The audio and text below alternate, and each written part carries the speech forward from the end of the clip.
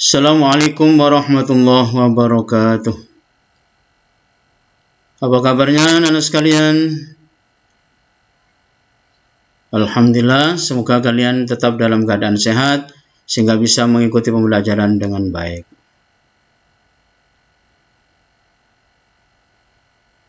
Anak sekalian, kita hari ini akan mempelajari materi fikih pada pelajaran pertama ini. Kita akan bahas tentang makanan halal dan haram. Namun pada pertemuan pertama kita hanya akan membahas tentang makanan halal.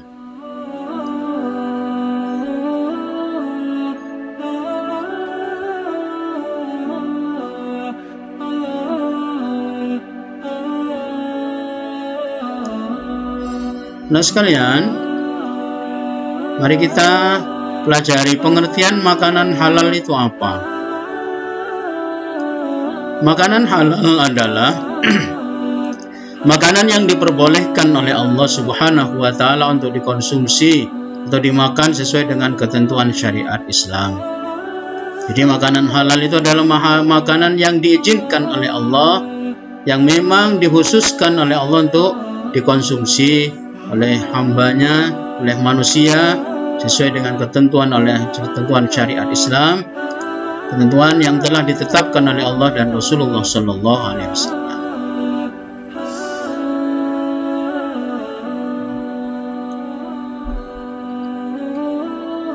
Dalil kewajiban makan makanan halal ini adalah berdasarkan Al-Quran surat Al-Baqarah ayat 168. Allah berfirman, A'udzu billahi minasyaitonir rajim.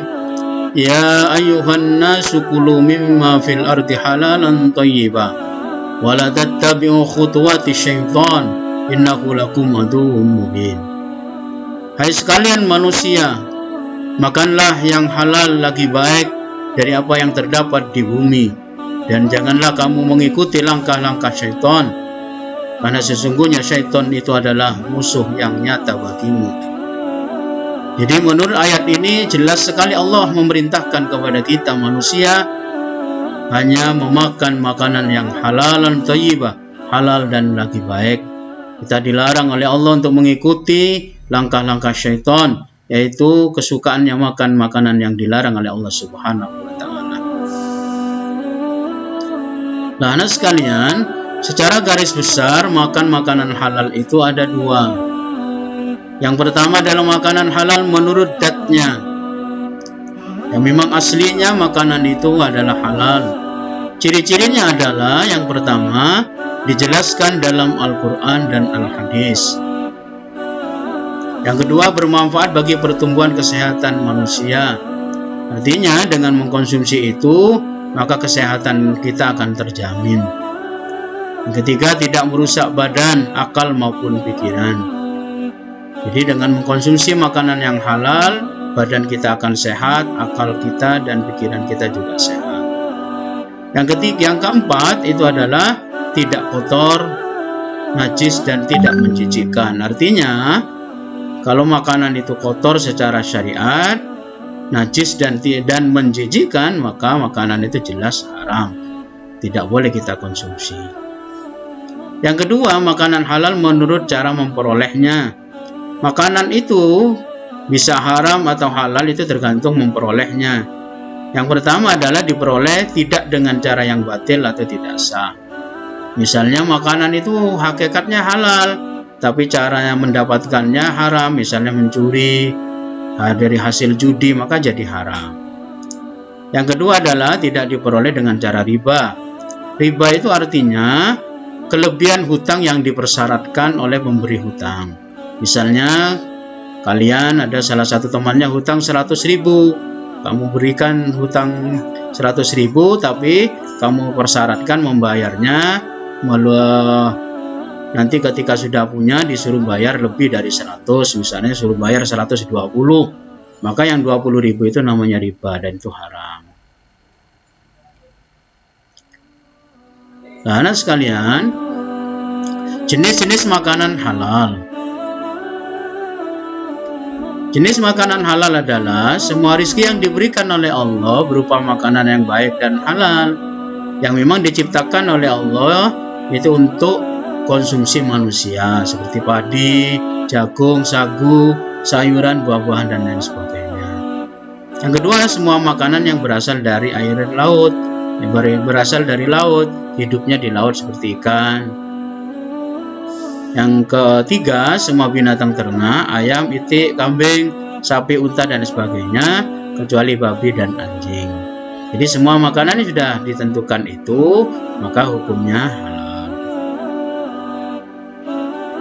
Nah, anak sekalian, kenapa kita diperintahkan oleh Allah hanya makanan yang halal? Apa hikmahnya? Yang pertama adalah dengan mengkonsumsi makanan yang halal, diharapkan kita akan mendapatkan kesehatan rohani dan jasmani. Jadi kalau kita makan makanan yang halal, insya Allah rohani kita dan jasmani kita akan sehat, sehingga akal pikiran kita sehat, jasmani kita sehat, bisa digunakan untuk ibadah dan melaksanakan aktivitas yang baik. Yang kedua, doanya mudah dikabulkan oleh Allah.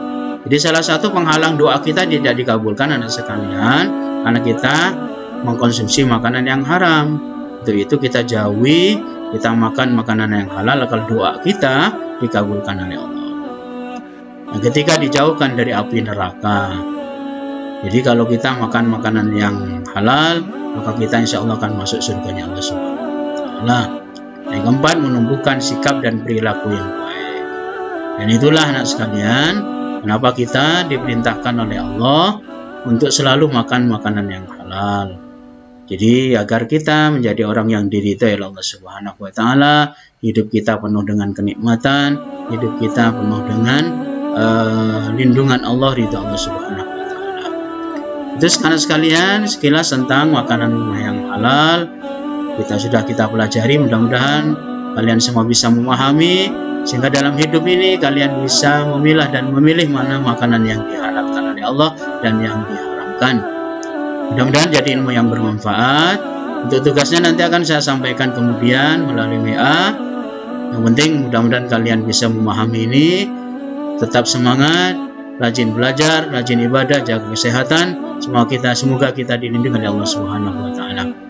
Demikian sekalian, sampai bertemu di dalam kesempatan yang lain. Ihdinas siratal mustaqim. Assalamualaikum warahmatullahi wabarakatuh.